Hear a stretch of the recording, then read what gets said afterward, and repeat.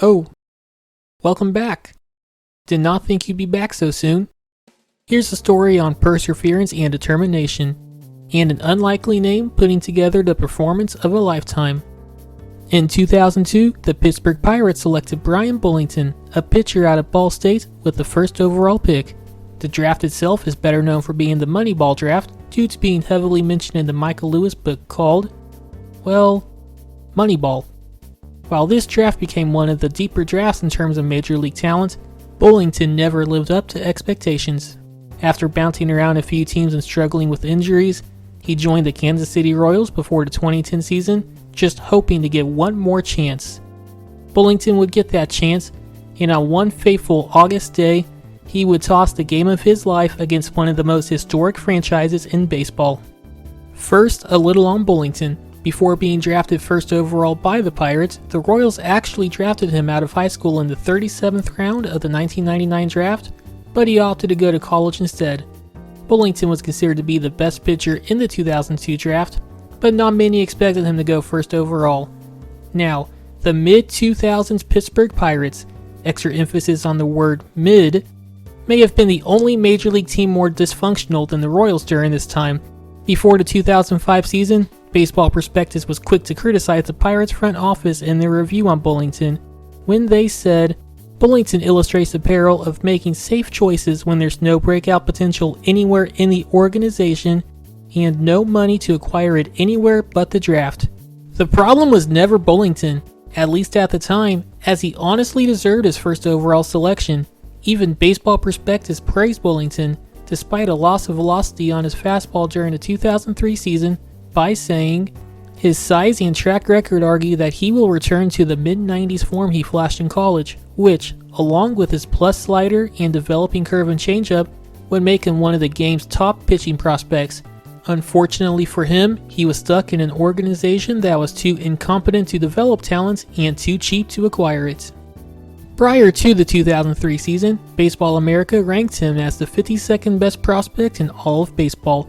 He fell to 97th overall a year later and would never appear among the top 100 prospects in baseball after that.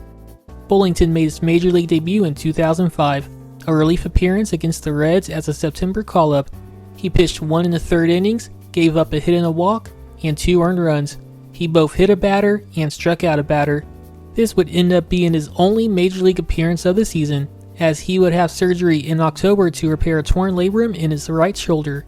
He would not toss a single pitch during the 2006 season, majors or minors. Bullington would be back for the 2007 season, but he did not look like the same pitcher before the injury. In AAA, his walks per 9 innings increased from 2.2 to 3.5, and his strikeouts per 9 decreased from 6.6 to 5.3. His ERA also increased 3.28 to 4.0. His next major league appearance would come September 2007 against the St. Louis Cardinals, nearly 2 years after his debut. This time, he would be starting the game. For his first start, Bullington only lasted 3 innings and gave up 7 hits, 5 runs, all earned, 2 walks, and 1 strikeout. He had a couple more starts that went a little better, but it did not matter. Pittsburgh would give up on Bullington the next year, with Cleveland claiming him off waivers. He made a few appearances for Cleveland in 2008 and Toronto in 2009 and became a free agent after that season. The Royals would sign him to a minor league deal for the 2010 season, hoping for a career resurgence from the now 29-year-old Bullington. While Toronto exclusively used Bullington in relief the prior year, the Royals moved him back to the rotation, and the move appeared to pay off. In AAA, pitching in a very hitter-friendly Pacific Coast League, Bullington put up a 2.82 ERA over 102 innings, almost 2 runs lower than the 4.78 league average. His 2.5 walks per 9 innings and 6.4 strikeouts per 9 were in line with his stats before the shoulder surgery. After a couple brief stints in the Major League bullpen, Bullington would join the rotation for his first start of the season on August 10th against Anaheim. He tossed a quality start, 6 innings, 5 hits, 3 runs, a walk, and 4 strikeouts. The Royals were held to 1 run thanks to Dan Herron facing a lineup that had Kila Kaihue batting 4th for some reason, which gave Bullington the loss. Thanks to that start, Bullington earned him another chance on August 15th against the reigning champion New York Yankees. This same Yankees team hit 5 home runs the day before, 3 by Alex Rodriguez. Though that's what happens when you let Sean O'Sullivan start Major League games for you. This was Bullington's first start at Kauffman in front of an impressive 26,012 fans on a beautiful Sunday afternoon. Those fans were clearly excited to witness the Wilson Bettamy era take over Kansas City. The Yankees lineup was stacked. Jeter leading off with Nick Swisher, Mark Teixeira, A-Rod, Robinson Cano, Lance Berkman, Curtis Granderson, Brett Gardner, and Francisco Cervelli behind him. A deadly lineup even with Jorge Posada and Marcus Thames on the bench. AJ Burnett would be opposing Bullington. While he was in the middle of a down year, he still had the talent to shut down any offense, especially an offense where Mitch Meyer had the 3rd highest OPS in the lineup. For Bullington, this might be his toughest test. Not just a top offense, but possibly baseball's most prestigious franchise. The first inning would be smooth for Bullington. A quick ground out for Jeter, a fly ball out for Nick Swisher, and he struck out Mark Teixeira swinging. Only 9 pitches. In the bottom of the inning, the Royals would get the first run of the game. Willie Bloomquist hits a single to right field, and on the next pitch, he steals second, and advances to third thanks to Francisco Cervelli overthrowing the entire infield. 1 pitch later, Billy Butler would get Willie home on a single. It would take Bullington 7 pitches to get through the middle of the Yankees' order, all fly ball outs, though Alex Rodriguez did take one to the warning track. AJ Burnett would have a more eventful second inning. He hit Mike Aviles and walks Mitch Meyer, but a Robinson Cano diving stop led to a Brian Pena double play, and a Yuniesky Betancourt lineout got him out of the inning. The game would quickly turn into a pitcher's duel, with both Bullington and Burnett getting through the 3rd and 4th innings with 3 outs on 3 hitters. This would be especially notable for Bullington as he had, dare I say, a perfect game going after 4 innings versus the reigning world champs. This would change in the 5th. After an A-Rod ground out, Robinson Cano hit a single to right to end the perfect game. I'm sure Royals fans will quickly forgive Cano and never give him any further issues during his future trips to Kauffman. 3 pitches later, Lance Berkman would ground into a double play to end the inning, but unfortunately he steps on Bullington's right foot while running across first base. Berkman would go down, but Bullington is able to walk back to the dugout. While the no-hitter may be over, Bullington has still faced a minimum number of hitters through 5 innings. Impressive considering the opponent. Now, the focus is on Bullington's ankle and the offense. And these fans dancing in full bodysuits. Trust me, you're missing nothing on the field. Mitch Meyer drew a walk, but Brian Pena hit into another double play. Cameras have to find action somewhere. Any concerns regarding Bullington's ankle appear to be minimal, as he steps back onto the mound for the 6th inning. He proceeded to strike out Curtis Granderson, so the ankle must be fine. The next batter, Brett Gardner, would hit a single for the Yankees' second hit off Bullington. He would try to steal second, only to be thrown out by Brian Pena. A Francisco Cervelli strikeout would ensure Bullington has still faced a minimum through 6 innings. 18 batters faced, 18 outs recorded. The Royals enter the bottom of the 6th, determined to find some run support for Bullington. Gregor Blanco starts the inning by hitting a single that goes right past Derek Jeter, the Royals' first hit since the 1st inning. After a Willie Bloomquist pop-out, Billy Butler would line out to Robinson Cano, only for Cano to throw it right past Mark Teixeira when trying to pick off Blanco. Francisco Cervelli would try to get Blanco out advancing to second, but instead decides to throw away yet another ball. That would be the 2nd and 3rd errors of the game for the Yankees, the 2nd for Cervelli, and now the Royals have a runner at 3rd with 2 outs. A massive gift from the Yankees. Former Yankee Wilson Bettamy, who was on a massive hot streak, would come to the plate. The perfect player to give Bullington some extra run support. All these fans cheering for him. He struck out. Shocking, I know. For the 7th inning, Bullington will be getting the top of the Yankees order for a 3rd time. It would be reasonable to believe the Yankees would have him figured out by now, but it only took 7 pitches for Bullington to get through the inning. Again, only facing 3 batters and still facing the minimum after 7 innings. Unfortunately for the Royals offense, AJ Burnett will also get through the inning without issue.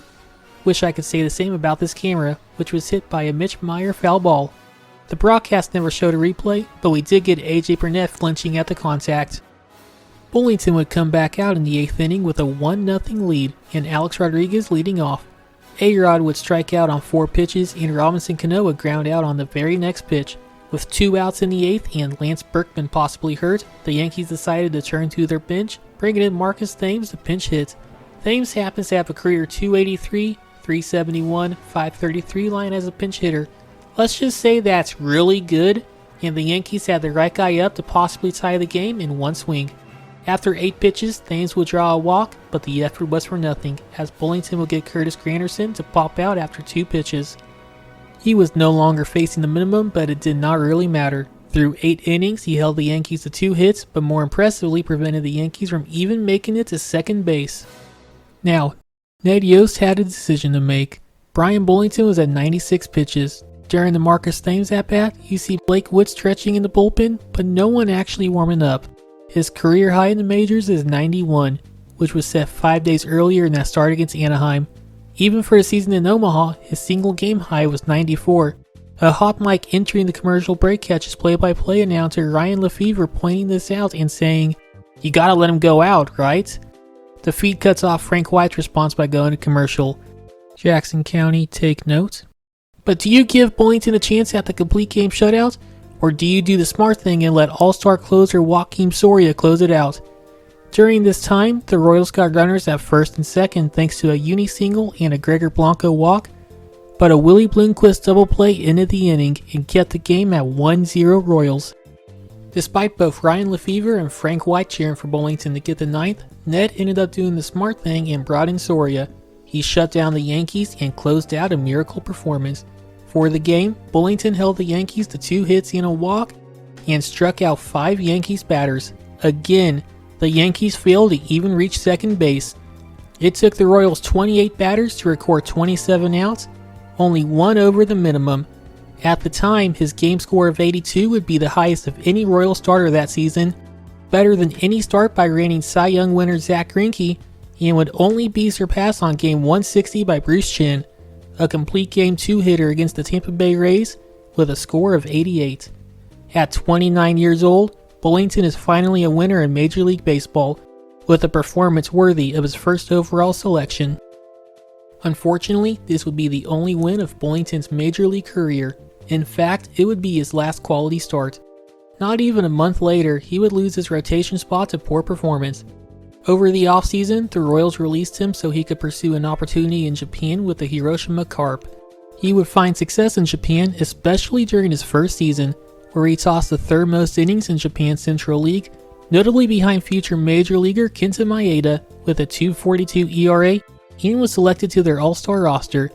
Despite the success overseas, he would never pitch in America again, majors or minors. History may remember Bryan Bullington as a bust, but for one day, he lived up to that first overall hype. Maybe his career takes a different path if the Pirates selected someone else first overall, or even if he avoided an injury that caused him to miss a year of baseball. Regardless, we can look back on August 15th, 2010 as the day a former first overall pick, against all odds, conquered one of baseball's most prestigious teams.